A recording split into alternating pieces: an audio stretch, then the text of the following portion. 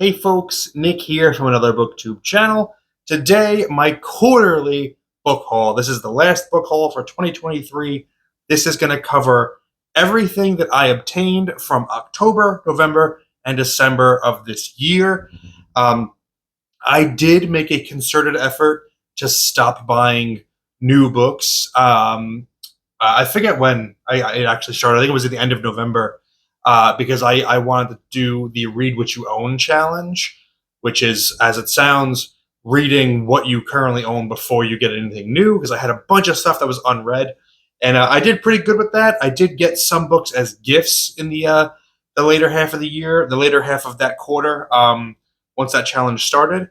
Uh, but even with just like October and the first half of November, I accrued a pretty decent amount of books from just like thrift stores, used bookshops mostly. I am going to start off with a couple books that I did get as Christmas gifts. So the first one is Darcy Coates's The Whispering Dead, and the other is Where He Can't Find You by Darcy Coates. Both of these came from a very good friend of mine who sent these as Christmas gifts, all the way from Alabama. So these made the long trip from the Books a Million in Alabama to come to my home. Thank you very much to my friend who knows who they are for sending these. I really can't wait to read them. I don't know what they're about, but I really have been enjoying Darcy Coates. I loved From Below this year, so I'm hoping these are as tense and exciting as that book it was. Next up, I got Birdman by Mo Hader. I have a full review of this up already. Really, really loved this book. This was a terrific detective story, deeply disturbing, one of the most disturbing books I've personally ever read, about a killer, a serial killer who, you know what? I'm not even going to go too far into it. Go watch my review because there's some nasty stuff that goes on here, and I give like complete trigger warnings in the full review. I don't want to say anything here that might upset anybody, but it's a pretty gross book. Something completely different. This is Captain America: The Great Gold Seal by Ted White. I got this. This is a fun curiosity. This is the first Captain America novel. Earlier this year, I read the book Captain America: Holocaust for Hire, and I had a lot of fun with it. So I've been picking up these superhero novelizations here and there, and I had to have the first Captain America novel, especially because he's got a looks like an Uzi on the front cover. I love that image of Captain America with the piece on him. Another comic one. This one is interesting. This is Spy versus Spy. This is the third collected volume of Spy versus Spy by Proheus. This is from Mad Magazine. If you're not familiar with Spy versus Spy, it's basically just these two identical looking spies. One of them wears all white, one of them wears all black, and they're constantly just trying to kill the other one with like Wile E. Coyote-esque types of traps and stuff. And this is actually these are actually comics in this paperback, which is really cool. So it's reprinting from Mad Magazine those Spy versus Spy strips. A lot of fun. Haven't had a chance to read it yet, but just love just looking through it. Next up, The Executioner #7, Nightmare in New York. This is my first Executioner novel, first Mac Bolan. Did I do a full review of this? I don't think that I did. Did I? I don't know. But this was a fun one. This is pure men's adventure through and through. The one-man army fighting against the New York Mafia, taking down their rackets, getting beautiful women to instantly want to take him to bed. The ultimate male fantasy. Pretty fun. Not super. I don't know. I don't know if this type of men's adventure is really my thing. But for those who enjoy this type of stuff, I think this is a really fun one.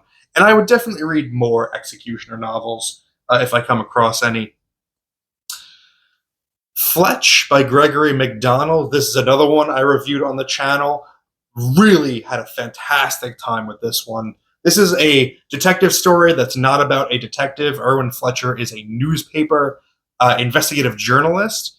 and he is recruited by this millionaire to commit a murder, and the murder victim is the millionaire himself. And Fletcher accepts the job, and he's got 1 week to not really actually do it, but figure out why the millionaire wants this done. Really riveting, tense story, great mystery, darkly funny, incredibly satisfying through and through. Highly recommend that one, and check out my full review for my full thoughts. Next up is Galapagos by Kurt Vonnegut. I think I've read this book before in my life. I do not remember anything about it. I plan to read it soon. This is part of my Read What You Own challenge. So I'll get to it shortly. Don't know if I'll do a review of it. Don't remember at all what it's about, but I love Kurt Vonnegut. So looking forward to revisiting that whenever I can. Okay, next up, I've got an 87th Precinct novel. This is Poison by Ed McBain. There's going to be a handful of 87th Precinct novels that show up throughout this video. I just recently put up a review of like 5 of these, just all at once.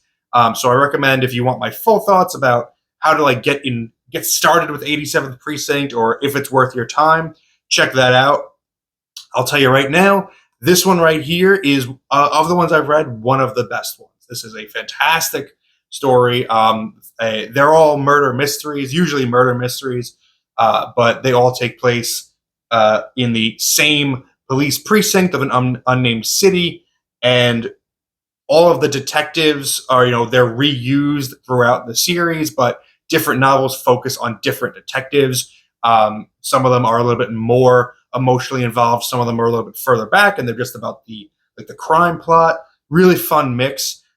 So I'm just going to go through those quickly as they come up. Next is Strangers on a Train by Patricia Highsmith. I have not read any Patricia Highsmith yet. Ollie from Criminale did a challenge this past year with Ann Novella, where they read one Patricia Highsmith book a month, and he had a great time with that. So when I saw this on a used bookshelf, I said, okay, let me try out a Highsmith. I recognize this name, Strangers on a Train, from the Alfred Hitchcock movie. The plot is 2 strangers meet on the train. They talk about their troubles. They agree to murder each other's, like the person causing their problems, I guess wives or something. I don't remember exactly. But one of the strangers, or the main character, gets cold feet, and now he's got to track down the person that he met to stop him from committing the murder, because he was all talk. He doesn't actually want to go through with it. So I'm looking forward to that one.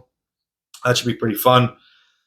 Next up, Superman, Last Son of Krypton by Elliot S. Maggin. This, from what I can tell, is a novelization of the first Superman movie with Christopher Reeve. And if that's the case, look, that should be a lot of fun. If it's not a direct novelization, if it's just maybe an additional Superman story, that should also be pretty fun too. I am very curious how that one goes. I'm not familiar with Elliot S. Maggin. But, I like me some Superman, and I like that first Superman movie. These next two I really can't wait to read because they sound ridiculous. So this is Columbo, The Grassy Knoll, and Columbo, The Helter Skelter Murders, both by William Harrington. These sound absolutely deranged. And shout out to Andrew from It Came From the Page for making me aware that these existed. He posted, he found a Christmas a Columbo Christmas novel on a Discord that we share, and he told me there are Columbo novels and they are unhinged. And I looked up the first one, The Grassy Knoll. It is about Columbo, I guess, solving JFK's assassination. I had to have it. And this one, The Helter Skelter Murders, this is Columbo investigating the Charles Manson murders. So I have no earthly idea how they are going to make that work, but I freaking love Columbo, and I cannot wait to read those and see what they do with it. This next one, the dust jacket's missing, so it's just a blank book, but it is Gerald's Game by Stephen King. Surprisingly, I've never read this before, and last year, I read Dolores Claiborne, which is like the sister novel of this. They both take place at like the same time, and were published on like the same day or something. And I love this movie by Mike Flanagan. I think it's one of his best movies. I think it's one of the best Stephen King adaptations ever made. So looking forward to reading this as well, just because it's like a new Stephen King for me, you know? Another 87th Precinct. This is Tricks by Ed McBain. This is the other one. This is maybe my favorite that I've read so far. This is a bunch of different crimes being committed on Halloween night that some of them connect, some of them just like remain their own separate thing. Super fun. This one is a absolute masterwork of juggling multiple storylines. This is fantastic. Highly recommend Tricks by Ed McBain. The Thin Man by Dashiell Hammett. Haven't read this one. I know of the Thin Man movies, but I've never seen them. Haven't even read the synopsis on the back. I just know, like, ooh, I recognize that name, so I bought it. It was like $1. Why not? So I'll eventually read this. But yeah, that's it. That's all I have to say about that. Something different, a play, Sleuth by, who wrote this? Anthony Shaffer. Sleuth is, I know of Sleuth for the movie from 1972 by starring Laurence Olivier and Michael Caine. Hard movie to come by in the United States. I remember back in the day, I had to buy a DVD of it, but they only had the UK region. Like there was no US region DVD. So I bought the UK one, and I had a friend who knew how to rip DVDs, and he ripped like the content from it and then uploaded it to a US region DVD for me. And I still have that in my physical media collection. This is a fun short play. I would recommend it, but I would also recommend the movie more. The movie's a lot of fun. What do we got next? Another 87th Precinct. This is Axe by Ed McBain. And while we're at it, let's hear it for The Death Man, also by Ed McBain, also 87th Precinct. And oh, look at that, another one. Doll by Ed McBain. This is the only one I have not read yet. This one's coming up soon for me. These two, read them both, enjoyed them both greatly. Again, check out that video that I made about the 87th Precinct books for more complete thoughts. Next up, a couple of horror books by the same author. Pen Pal by Dathan Auerbach and Bad Man by Dathan Auerbach. I reviewed Pen Pal in the first half of 2023. This one I just posted a review about it recently. Pen Pal I thought was great. Super creepy, easy read, fun to read, interestingly structured, very unique book. Bad Man, a bit more conventional, felt a little bit bloated, honestly. But I still think pretty good. If you liked Pen Pal a lot, maybe give Bad Man a try, but check out my full reviews of both books. Again, that might give you a better sense of whether you'd like them or not. Next is Babylon's Ashes by James S.A. Corey. This is book 6 in The Expanse. I still don't have book 5 in The Expanse. I literally went to the bookstore earlier today looking for it. It was the only Expanse book they did not have. So I need to get book 5 before I can read book 6. But I am in love with this series, and I cannot wait to continue it. And last couple prose books I've got here before I show you some graphic novels. This is Swamp Thing by Len Wein and Bernie Wrightson. Just like the Mad Spy vs. Spy book that I showed you, this is also comics in trade paperback form. This collects the first 3 Swamp Thing issues by Len Wein and Bernie Wrightson in stunning, gorgeous, beautiful black and white. Bernie Wrightson's art really sings in black and white, so that's a really awesome novelty. And last but not least is Challenges of the Unknown by Ron Goulart. I do have a full review of this up on the channel. Nobody watched it. I guess nobody's interested in Challenges of the Unknown, but I enjoyed this as a Jack Kirby fan. To see his characters getting a novel treatment from not from Marvel, from DC, was a lot of fun. All right, so that's it for prose, but I do have a handful of graphic novels here that I am excited to show you. The first, this was also a Christmas present. That's Heartbreak Soup, a Love and Rockets book. This is the second Love and Rockets trade paperback that's in their current format of paperbacks. This is all the Gilbert Hernandez stories from the very beginning of Love and Rockets. I enjoyed Maggie the Mechanic by Jaime Hernandez. I think the art was incredible, but the stories weren't too gripping for me. Had a lot of trouble connecting with them. Very curious to see how I react to Gilbert Hernandez's work. I flipped through it already really quick. It looks like more incredible artwork, a little bit of a different style than Jaime, but equally as just visually impressive. So looking forward to that and hoping I connect with it a little bit more. Just keeping, because I do want to read more Love and Rockets, but that first volume left me a little mild, I will say. Next is The Spirit by Will Eisner. This is The Spirit Archives, Volume 20. So this covers Will Eisner's Spirit Sunday strips from January to June 1950. This was my first Spirit stuff by Will Eisner, who I discovered this year because of another book I'll show you later. And this is terrific. This not only made me want to read more Will Eisner, but it made me want to read more collections of newspaper strips, like comic strips from the newspapers. And I've got a couple more of those you'll see here as well. So kind of started me down a rabbit hole from which I may never return. But, oh God, big boy here. Swamp Thing by Nancy Collins. This is the omnibus. My plan, this is her complete run, which ran for a while. But she wrote Swamp Thing after, let's see, there was Alan Moore, then Rick Veitch took over, then after Veitch left, that was Doug Wheeler, and then it was Nancy Collins. So I do the Swamp Thing read along every Saturday. Check it out if you're not caught up. And that's the Alan Moore run. Then I'm going to read the Rick Veitch run. I don't know if I'll do it on the channel, but I'm going to read that because I have all the issues. Then I'm going to read all the Doug Wheeler issues, and then I'm going to read this guy. So this is unread on my shelf, but I can't read it until I am fully caught up on the other Swamp Thing stuff that I have to read. Lil Abner, The Frazetta Years by Al Capp. This is volume 1. I put up a video recently, or actually I don't know when this video is going up, so it might not be up yet.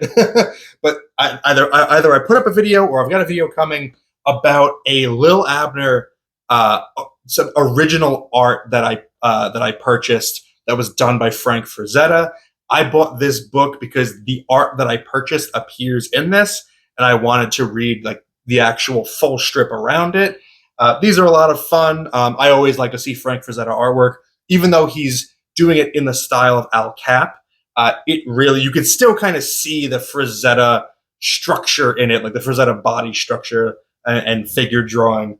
And obviously his women are always really gorgeous. So really neat. I wouldn't say that like I love this book, but there's some really funny stuff in here that kind of has still held up, even though these strips are from 1954. All right, these next two I'll do at the same time, but Calvin and Hobbes. So I talked about I wanted to get into comic strips. So Calvin and Hobbes is something that I didn't read really when I was a kid. I don't know why, but I know that the strip ended in 95 and I was born in 91, so maybe I just didn't have it. But friends of mine love Calvin and Hobbes, so they obviously read it. They know about it. It went right past me, and people talk about it like it's this amazing strip. So I bought these two at my local comic shop just this past weekend, actually. This is the Essential Calvin and Hobbes, and then Calvin and Hobbes Sunday pages 85 through 95. This one's really cool because it's not just the Sunday strips, but it's also the strips side by side with the original artwork by Bill Watterson. So that's a really, really cool thing. And the Essential Calvin and Hobbes is just a collection of, I guess, some of the more notable ones from the decade that it ran. I've started flipping through it a little bit. Really great stuff in there, and I'm looking forward to visiting it more in depth in January. Next up, Shortcomings by Adrian Tomina. This was on my list in 2023 for top graphic novels that I read. So check out that video where I talk about my top graphic novels for more complete thoughts. But I freaking love Adrian Tomina. I think he's one of the greatest cartoonists working today. And I don't say this often, but I would say it's more so for his writing than his drawing. I do love his drawing. I think he is fantastic at composition, at creating meaningful drawings. But his writing is so riveting and so beautiful and so sad that it works on every single level. So not every cartoonist is a great writer. Adrian Tomina is a great writer. Next up, when did I get this? Oh, yes, I talked about Frank Frazetta earlier. I visited the Frank Frazetta Museum earlier in November, and I picked this up from the gift shop, the Sensuous Frazetta. This is a collection of the work that he did for romance novels and romance comics. So he did some drawings like this for the interiors of kind of smutty romance paperbacks, but it's also got his actual comics work in both black and white and in color. So right up my alley. That's perfect. And what do we got here? This is the Will Eisner book that got me onto the Spirit. This is The Building by Will Eisner. I've talked about this several times on the channel. I have a full video breaking this book down page by page. I love that video, so check that out because I go really deep into this and talk about all of the reasons that I love it. It's a wonderful book. And finally, Monica by Dan Clowes, the latest masterpiece by alternative comics legend. This one was a fun one. This one means a lot to me because I didn't just purchase this one. I actually got to meet Dan Clowes. He did an event in New York City at the Strand Bookstore. Did a Q&A. So he's not an easy guy to meet. He doesn't do a lot of appearances. He doesn't do conventions. So just getting to hear him talk about this book and also get it signed by him and inscribed to Nick with his awesome Dan Clowes lettering, that was a lot of fun. I also got some comics signed by him, which is unbelievable. I got my 8-Ball #1 signed by him.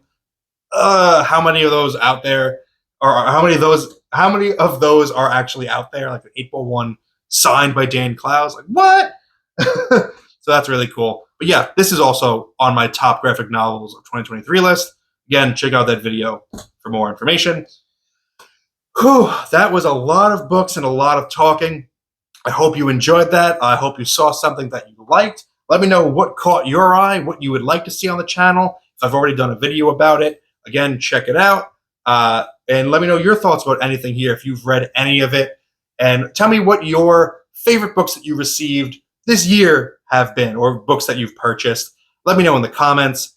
Thank you for spending some time with me today, but now it's time to get back to reading.